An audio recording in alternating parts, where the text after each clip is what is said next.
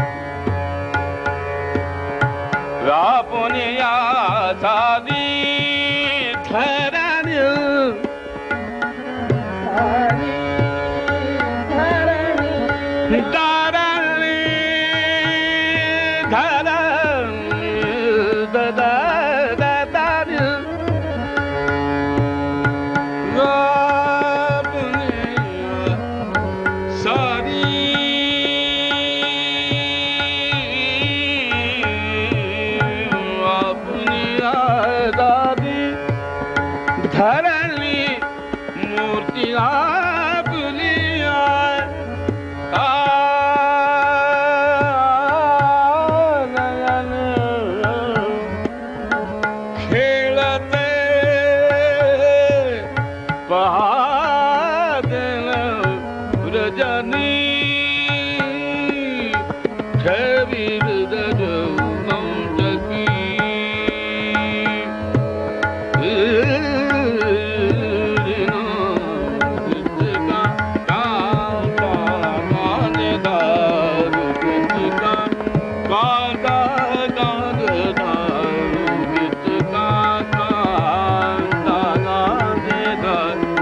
भुगित का गाता, भुगित का गाता, भुगित का गाता।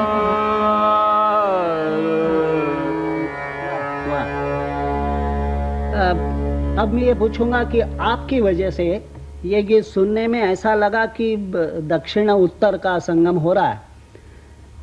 आपकी दृष्टि में इसकी खासियत क्या है इस पद की?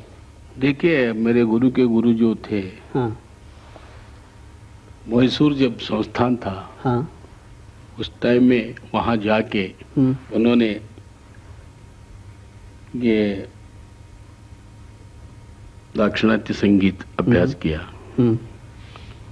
आपने शायद सुना भी होगा, उनके 2-4 रिकॉर्ड्स भी हैं। उनके मन में इच्छा थी कि ये दक्षिण और उत्तर दोनों संगीत मिलाए जाए। इस वजह से उन्होंने बहुत अभ्यास करके ये। वैसे आप पंडित जी जैसे कहते हैं कि महाराष्ट्र का नाट्य संगीत जो है उसके अनेक मूल स्रोत है, पहले की कीर्तन परंपरा या स्त्रियों के गीत, ये जैसा है उसी हिसाब से उन्होंने दाक्षिणात्य संगीत के राग और बंदिशों उनको लेके हमारा नाट्य संगीत बनाया। अब मैसूर की जब बात छेड़ी है तो मैं थोड़ा सा बोलूं कि मैसूर में तो ऐसा था कि सभी तरह के संगीतकार इकट्ठा होते थे, अपना सुनाते थे, दूसरों का सुनते थे, और कुछ लेने देने की बात होती थी, यानी पैसे की नहीं तो बंदिशें ले और गाना ले, उठा ले। वहाँ से मौला बख्श घिसे का बड़ौदा गए, फिर वहाँ उन्होंने उत्तर हिंदुस्तानी संगीत का प्रचलन किया। यहाँ से उस्ताद अब्दुल करीम खां साहब मैसूर गए, वहाँ से उन्होंने दाक्षिणात्य प्रभाव लिया। अब खुद पंडित भीमसेन जी ऐसा है कि उनका जन्म हुआ है वो कर्नाटक में और वो गाते हैं उत्तर हिंदुस्तानी संगीत, तो उनके लिए बहुत ही आसान चीज़ है कि यहाँ से भी चीज़ ले और वहाँ से भी ले और दोनों साथ में लेके आगे बढ़े। तो हमको सुनने में ज़रूर महसूस हुआ कि इन दोनों चीज़ों को साथ में रखने का प्रयास ज़रूर होना चाहिए, मगर साथ में ही रखना चाहिए, मिलाना ज़रूरी नहीं है। पहले जब 1916 में बड़ौदा में ऑल इंडिया म्यूज़िक कॉन्फ्रेंस हुई थी, पंडित भातखंडे जी और बड़ौदा महाराज उनके उत्तेजन से, वहाँ एक रेजोल्यूशन हुआ था, उसमें भी यह बात छेड़ी थी कि उत्तर और दक्षिण संगीत दोनों का कुछ मिलाप करने का सोचे। मेरे ख्याल से सारी दुनिया में भारत ये एक ही देश ऐसा होगा कि जहाँ 2 क्लासिकल म्यूजिक की परंपराएं उतनी ही विकसित है और फिर अपना अपना लोक संगीत है और बाकी सारी चीज़ें हैं। तो इतना जो समृद्ध देश है उसमें आपस में लेने देने का व्यवहार तो बहुत आसानी से हो सकता है, और वो पंडित जी ने अच्छी तरह से दिखाया भी है।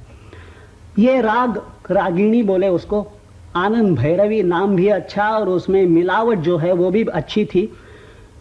मगर पंडित जी में और एक बात है, वैसे किराना घराने पे ये आरोप लगाया जाता है और कभी कभी पंडित जी पे भी ये आरोप लगाया जाता है कि हम आपको सुनने आते हैं और वो की वही राग सुन के जाते हैं, बंदिशें भी वही होती है, राग भी वही होते हैं, अछोप राग आप क्यों नहीं गाते, अप्रचलित राग क्यों नहीं गाते?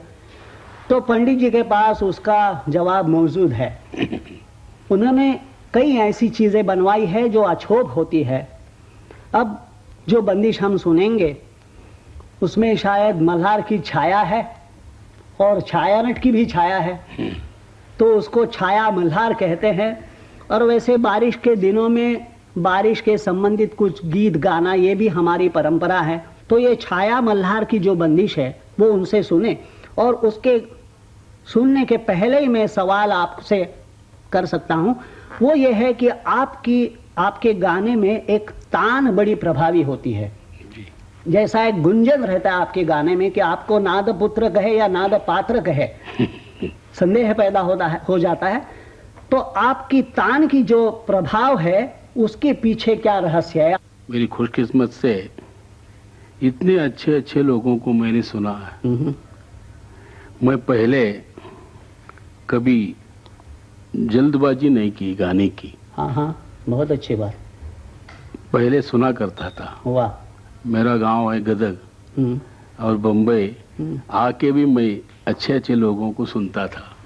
जैसे बड़े गुलाम अली खां साहब जब पहली दफ़ा आए बम्बई तो उनकी पहला जलसा मैं सुना हूँ। ऐसे ही आमिर खां साहब और सब घराने के सभी अच्छे अच्छे लोग, केसर भाई का मेरा बहुत सहवास रहा। और गाने के बारे में और तान जो मैं लेता हूँ उसमें थोड़ा कुछ उनका असर है। वाह। ये जो समझने वाले समझते हैं कि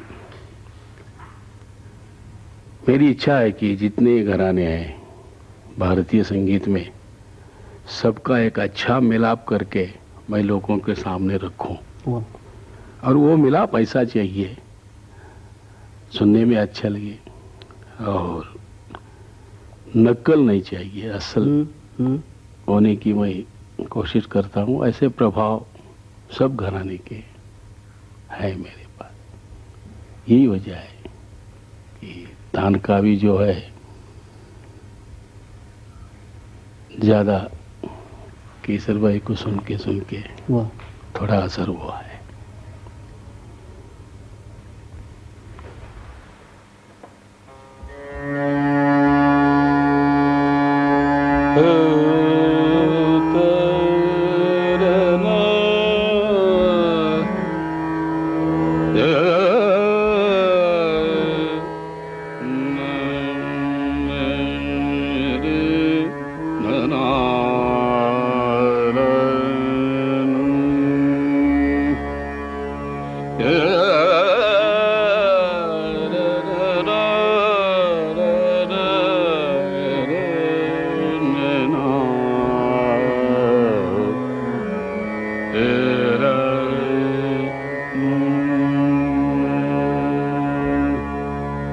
सखी शाम नहीं आए बदरिया, सखी शाम नहीं आए और सखी शाम नहीं आए बदरिया, बरसन लागी उमड़ घुमंडग सखी शाम नहीं आए बदरिया, बरसन लागी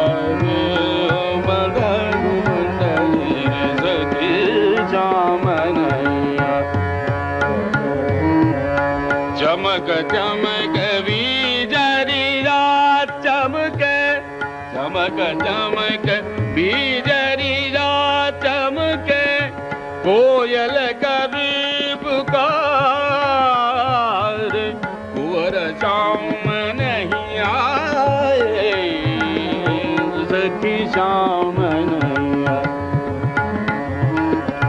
कुंवर शाम कुंवर शाम नहीं आए सखी शाम नहीं आए, शाम नहीं आए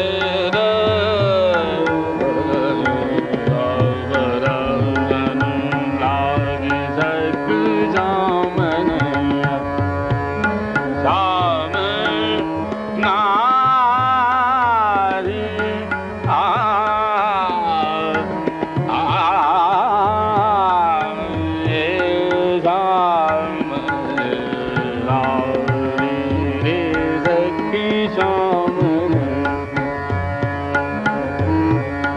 चमक चमक बीजरी रात चमके,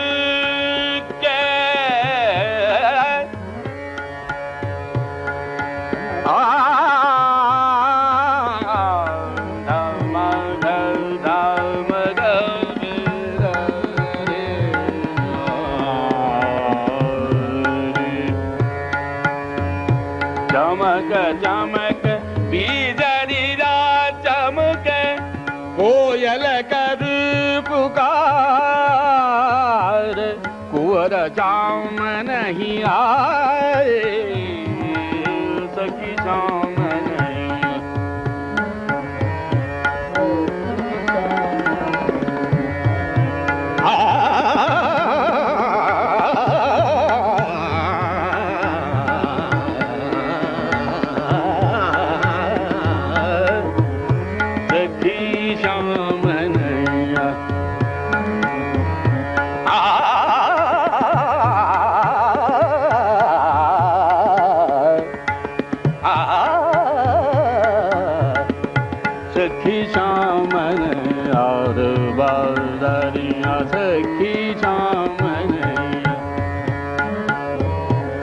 बदरी की जामन की जामन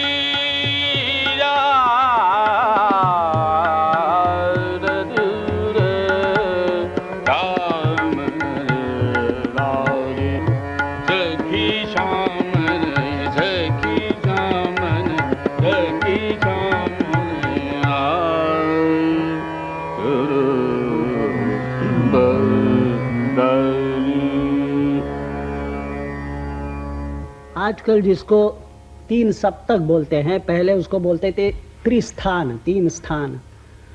तीनों स्थानों में जिसकी तान जाती है उसको तान कहना चाहिए। तो पंडित जी की तान ऐसी है, वो तीनों स्थान में जाती है। उसके अभी आपने अनुभूति ली होगी। मेरे मन में हमेशा ये एक सवाल रहता है कि गाने बजाने वालों को इतना कुछ करना पड़ता है, और जब तक नाम नहीं होता तब तक भी करना पड़ता है, और नाम होने के बाद और भी करना पड़ता है। तो उसके लिए कुछ खास शक्ति होती है क्या उनमें? मैं हमेशा ये पूछता हूँ कि आपको भगवान से कुछ देन मिले ऐसा आपको लगता है? आपको कभी ऐसा लगा कि फलाने फलाने संत थे और उन्होंने मुझे आशीर्वाद दिया या मुझे साक्षात्कार हुआ, ऐसी कुछ आपकी अनुभूति है क्या? एक समय ऐसा आया था कि मैं ना इधर के था ना उधर के था। ऐसा एक विचित्र परिस्थिति आई थी। तो हमारे गुरु राघवेंद्र स्वामी है, वहाँ जाके मैंने सेवा की और कुछ उनके आशीर्वाद से ऐसा मन प्रसन्न हुआ, और जो मैं चाहता था गाने में वो होने लगा। वहाँ एक तुंगभद्रा नदी है, जब मैं रियाज करता तो एक काला कुत्ता आता था। अच्छा, आप रियाज करते थे तब वो आके बैठता था? जब रियाज खत्म होने के बाद निकल जाता था। बाद में सब इधर उधर सब जगह हमने ढूंढा, लेकिन वो नहीं मिला। ये ऐसा कुछ एक आदर्श स्थान है सत्पुरुषों का। जब तक आशीर्वाद मिलने से अच्छा ही होता है, ऐसा मेरे बारे में हुआ है। इतना ही मैं कह सकता हूँ। सच बात है, सभी चीज़ों का अर्थ नहीं बताया जा सकता, मगर उसमें अर्थ है, ऐसे अनुभव ज़रूर होता है। इस तरीके से आप कहते हैं वो पता होता है। पुरंदरदास ऐसे संत थे कि जो महाराष्ट्र से निकले और संत बने तब वो कर्नाटक में थे, और उनके सारे भजन जो है कन्नड़ में है। उनकी जो आराध्य देवता है वो विट्ठल है, जो महाराष्ट्र में भी बहुत बड़ी देवता है। पूरा वारकरी पंथ जिसको बोलते हैं वो विट्ठल को आराध्य देवत मानने वाला पंथ है। ऐसा एक भजन उनका अब हम सुनेंगे। और जो कुछ मन में आता है कि भजन गाने के समय मनस्थिति कैसे होनी चाहिए, तो मनस्थिति ऐसी होती है कि अवाक होना चाहिए, यानी भजन गाने के बाद और कुछ बोलने की इच्छा नहीं होनी चाहिए। और ऐसी ताकत पंडित जी के भजन गाने में होती है कि उसके बाद बात करना अच्छा नहीं लगता। इसलिए मैं ये कहूँगा कि ये भजन हम सुनेंगे, और फिर वो भजन को और पुरंदरदास जी को और आपके गायकी को मन में रख के आगे चलेंगे।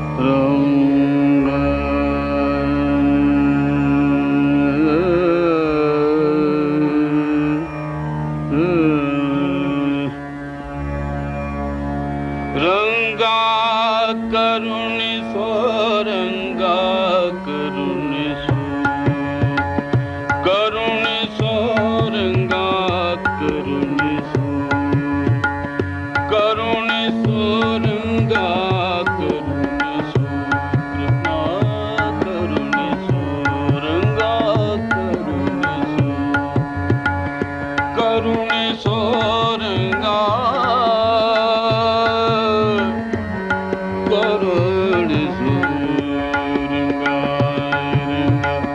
करुणिसो रंगा करुणिसो हगಲು ಇರಳು ನಿನ್ನ ಹಗಲು ಇರಳು ನಿನ್ನ ಹಗಲು ಇರಳು ನಿನ್ನ ಹಗಲು ಇರಳು ನಿನ್ನ ಸ್ಮರಣೆ ಮರೆಯದಂತೆ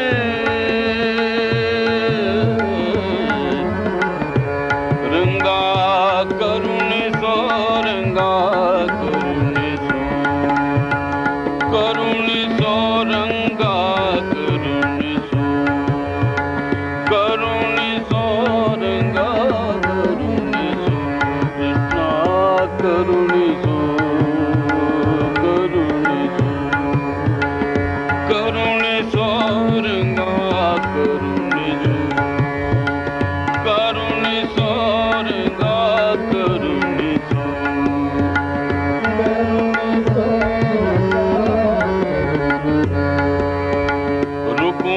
ರುಕುಮಾಂಗದನಂತೆ ಮೃತವನ ನರಿಯೇ ರುಕುಮಾಂಗದನಂತೆ ಮೃತವನ ನರಿಯೇ ಶುಕ ಮುನಿಯಂತೆ ಸ್ತುತಿಸಲು ಅರಿಯೇ